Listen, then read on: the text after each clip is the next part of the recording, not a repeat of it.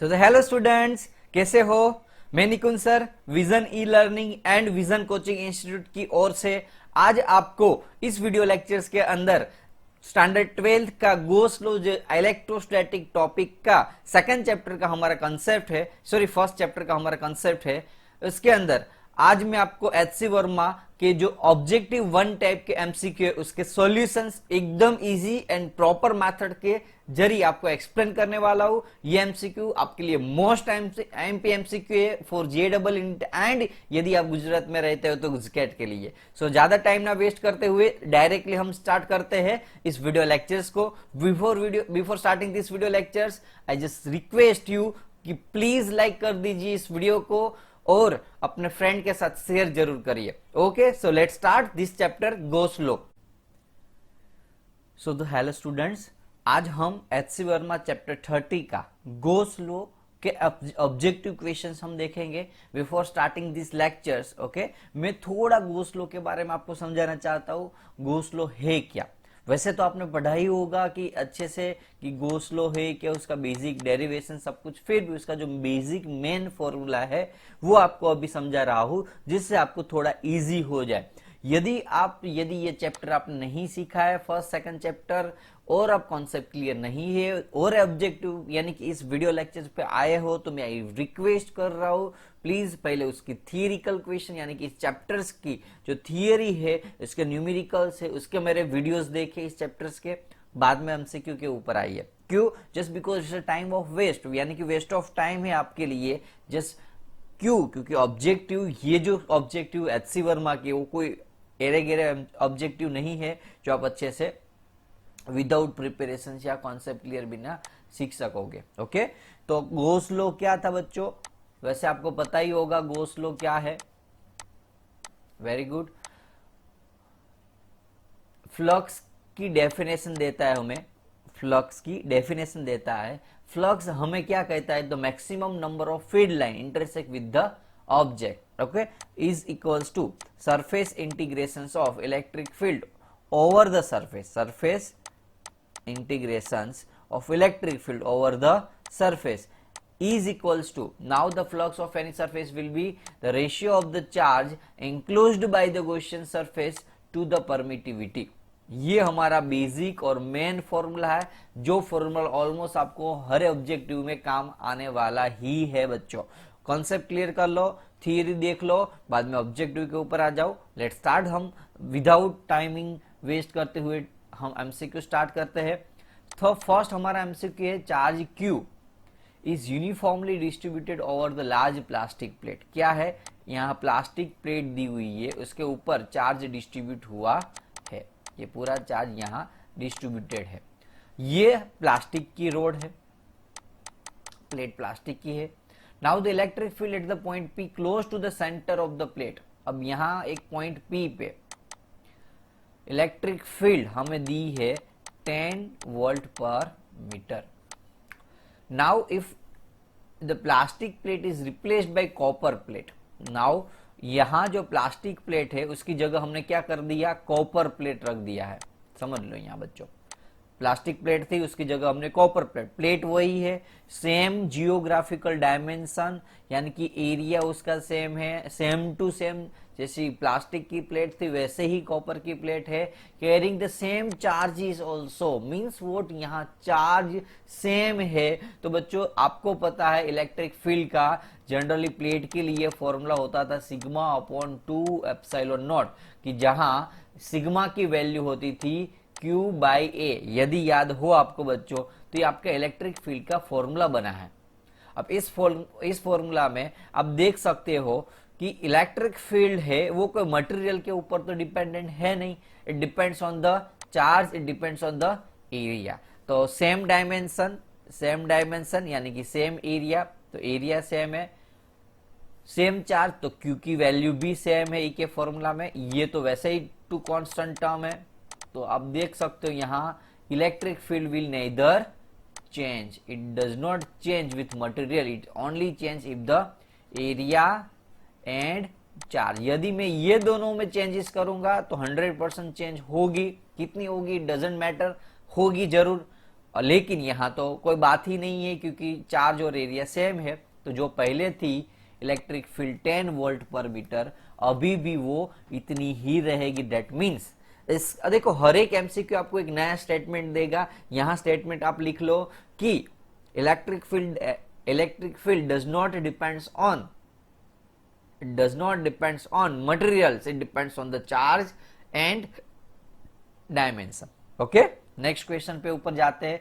यहां आपको हर एक क्वेश्चन में कुछ नया कॉन्सेप्ट समझने को मिलेगा। ये एमसीक्यू नहीं है, ये कॉन्सेप्ट है जो हम एमसीक्यू के जरिए आपको एक्सप्लेन कर रहे हैं। It's that's why HC Verma is the best book, यानी कि सब रैंकरों की पसंद है ये बुक इसीलिए, और हर टीचर की पसंद है इसीलिए क्योंकि हर एक क्वेश्चन के अंदर आपको कुछ नया कॉन्सेप्ट सीखने को मिलेगा। Metallic particles having no net charge in placed near finite metal plate carrying the positive charge. अच्छा क्वेश्चन है, बहुत अच्छा क्वेश्चन है। पॉजिटिव चार्ज है प्लेट के ऊपर। Now electric force on the particles, अब एक पार्टिकल्स है having no charge, no net charge, यानी कि उसके ऊपर कोई नेट चार्ज, यानी कि चार्ज है लेकिन नेट चार्ज कितना है, 0, यानी कि जितने पॉजिटिव उतने ही नेगेटिव हो गए। समझ लो यहाँ है कोई इलेक्ट्रिक फील्ड में नहीं है, तब उसके पॉजिटिव नेगेटिव ऐसे मिक्स हो जाएंगे। So that's why the net charge will be 0। But if we put in the influence of electric field, then all charges of material, यानी कि जितना मटेरियल में जो भी चार्जेस था उसमें से सारे नेगेटिव चार्ज यहाँ अट्रैक्ट हो जाएंगे। क्यों? क्योंकि इसकी इलेक्ट्रिक फील्ड इस डायरेक्शन में जा रही है। तो ड्यू टू इलेक्ट्रिक फील्ड, ये एक्सटर्नल इलेक्ट्रिक फील्ड, ये क्या हो जाएगा, मटेरियल में से नेगेटिव चार्ज इस साइड आएंगे और पॉजिटिव चार्जेस सारे इस साइड आएंगे। अब देखो क्वेश्चन में काफी सारे स्टूडेंट यहाँ ऐसे मार्क खा जाते हैं आंसर लिखने में, इलेक्ट्रिक फोर्स लिख देते हैं 0। क्यों? क्योंकि force is equals to Q into E। Net charge तो यहाँ तो 0 है, चार्ज 0 है इसलिए इसके ऊपर फोर्स भी 0 होगा। अब अपने हिसाब से सही हो, फोर्स 0 होना चाहिए, लेकिन यहाँ हम थोड़ा एक्स्ट्रा ऑर्डिनरी कॉन्सेप्ट के ऊपर जाएंगे, डायरेक्ट फॉर्मूला बेस्ड क्वेश्चन को नहीं समझेंगे। क्योंकि जब हमने इस फील्ड के ऊपर यानी कि प्लेट के नजदीक ये ऑब्जेक्ट रखा था, तब नेट चार्ज भले 0 था, लेकिन उसमें से जो पॉजिटिव नेगेटिव चार्ज एक दूसरे से एंड में चले जाएंगे, और जिसकी वजह से अंदर खुद की इस इलेक्ट्रिक फील्ड जनरेट होगी। याद करो इंड्यूस्ड इलेक्ट्रिक फील्ड चैप्टर यदि समझे होगे तो आपको अब इजीली समझ में आ गया होगा। जिस स्टूडेंट्स ने एक कॉन्सेप्ट या चैप्टर प्रॉपर समझ लिया है उसके लिए ये बहुत इजी क्वेश्चन हो जाएगा कि इंटरनल इलेक्ट्रिक फील्ड जनरेट होगी ये चार्ज की वजह से। अब आपको पता है कि कोई भी फोर्स लगता है कौन सी डायरेक्शन में लगता है, इलेक्ट्रिक फील्ड की डायरेक्शन में। यहां इलेक्ट्रिक फील्ड कहां जनरेट हुई बच्चों, इंटरनल इलेक्ट्रिक फील्ड ऐसे ऑपोजिट डायरेक्शन में। ओके, यहां पॉजिटिव है तो पॉजिटिव है तो इस साइड पॉजिटिव टू नेगेटिव, तो यानी कि फोर्स भी यहां लगेगा इसके ऊपर। दैट मीन्स फोर्स की जो डायरेक्शन होगी वो इलेक्ट्रिक फील्ड की डायरेक्शन है, और इलेक्ट्रिक फील्ड की डायरेक्शन है टूवर्ड्स द मेटल, यानी कि टूवर्ड्स द प्लेट। तो आंसर हमारा ऑप्शन ए आएगा। क्लियर बच्चों? थोड़ा मैं एक्सप्लेन फास्ट जा रहा हूं, कॉन्सेप्ट यदि क्लियर होगा तो बेहतर मजा आपको आने वाला है, और यदि कॉन्सेप्ट क्लियर नहीं है तो ऑलमोस्ट 90% बाउंस होगा आपको। ओके, तो प्लीज पहले वो क्लियर कर देना। ओके, थर्ड नंबर के क्वेश्चन पे जाते हैं हम। सिंपल सा क्वेश्चन है, आप पोज करके क्वेश्चन रीड कर लो, जल्दी चलो। तो जैसे आपने क्वेश्चन रीड किया होगा तो आपको पता चल गया होगा कि यहां स्फीयर के बाहर, स्फीयर के ऊपर एग्जैक्टली और बाहर चार्जेस है, हमें फाइंड करना है अंदर के इस चार्ज के ऊपर कितना ये दोनों का फोर्स लग रहा है। अब जैसे मैंने आपको समझाया था फ्लक्स का फॉर्मूला, अब ये वैसे समझ लो फोर्स, लेकिन वैसे अभी समझ लो इलेक्ट्रिक फील्ड कितनी होगी, क्योंकि फोर्स का फॉर्मूला क्या है, Q इंटू E। अब मुझे इलेक्ट्रिक फील्ड फाइंड करने Q इंटू E। अब प्रॉब्लम क्या होगा, यदि मैं इसको गॉसियन लूप लू, गॉसियन सरफेस, क्योंकि मुझे इसके ऊपर फाइंड करना है, तो ये गॉसियन सरफेस यदि मैं ले रहा हूं,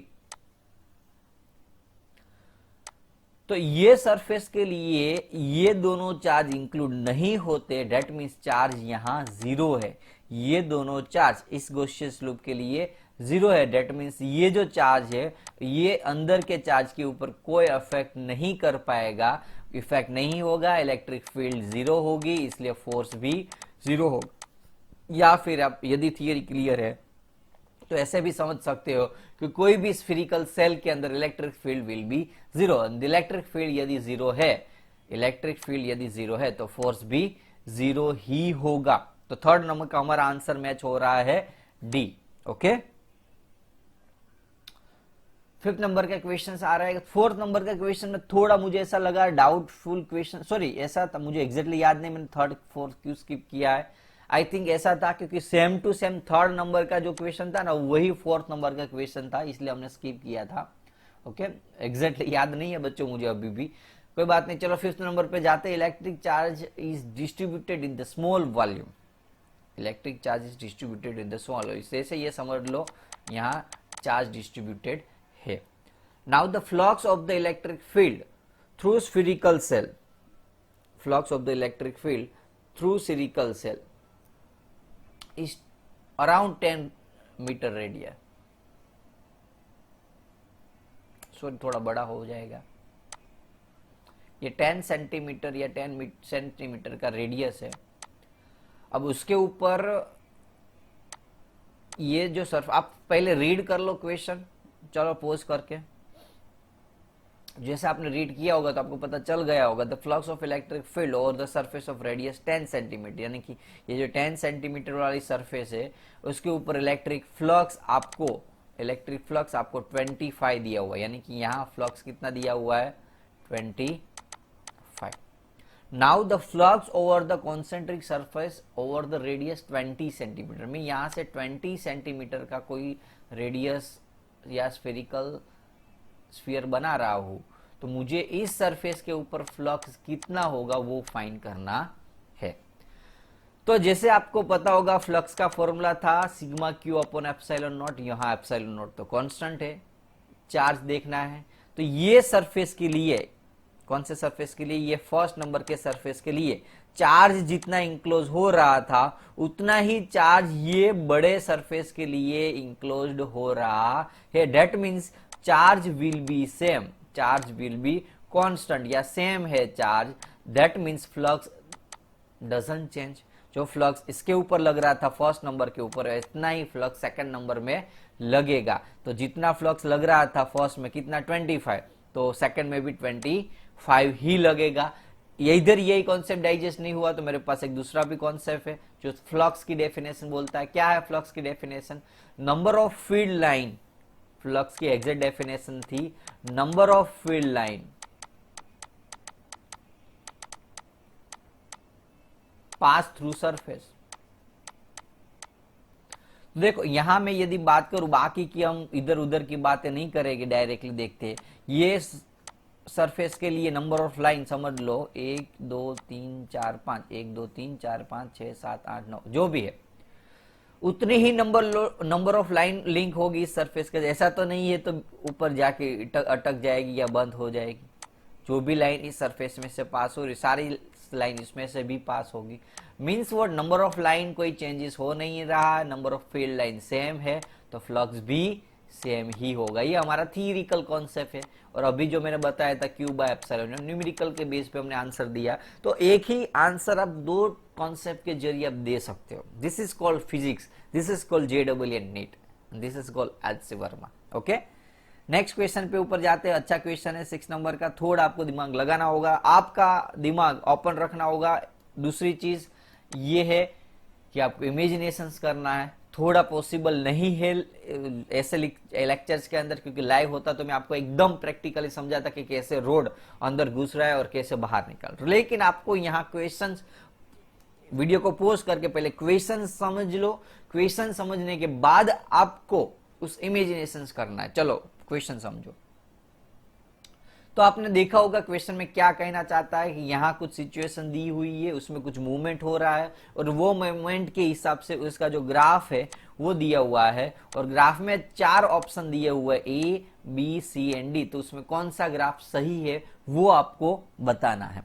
अच्छा क्वेश्चन है बच्चों, इमेजिनेशंस के बेसिस पे है। मैं आपको समझाने का ट्राई कर रहा हूं क्या है क्वेश्चन, समझ लो पहले। तो यहां मेरे पास वो क्यूब है, इमेजिनरी क्यूब है जिसकी लेंथ है, देखो ये इमेजिनरी क्यूब है, याद रखो, कोई समझ लो, ओरिजिनल क्यूब नहीं है।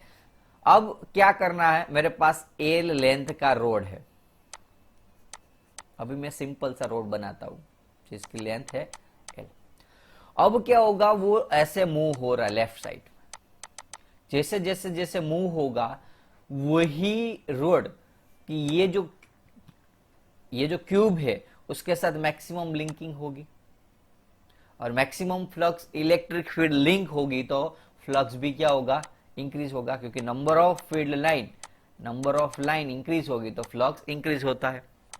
कैसे इंक्रीज होगा, देखो बच्चों, अभी ये यहां था, अब वो यहां पहुंचा, तो अभी तो कुछ हुआ नहीं चेंजेस। अब जैसे जैसे वो अंदर जाएगा, जैसे यहां गया अंदर, तो इतना जो एरिया था हमारा वो इस क्यूब के साथ लिंक हुआ, तो लिंक हुआ पहले इतना, तो फ्लक्स बढ़ा। अब और आगे गया, अब ज्यादा एरिया, ज्यादा लेंथ इंक्रीज हुई तो और इंक्रीज होगा फ्लक्स। अब एग्जैक्टली वो अंदर चला गया तो मैक्सिमम लिंक होगा इतना। अब क्या होगा, यहां तक पहुंच गया, कहां तक जाना है उसको, तो ये जो रोड है वो ये जो क्यूब है उसकी जो फेस है, सामने वाली फेस, यानी कि ये जो फेस है, ये फेस वहां तक जाना है, उसके आगे नहीं जाना है, वापिस उसको मूड लेना है, यानी कि रिटर्न चला जाना है। सिचुएशन समझ लो बच्चों, पहले ऐसा था, थोड़ा ट्राई करना, बाद में ऐसे गया,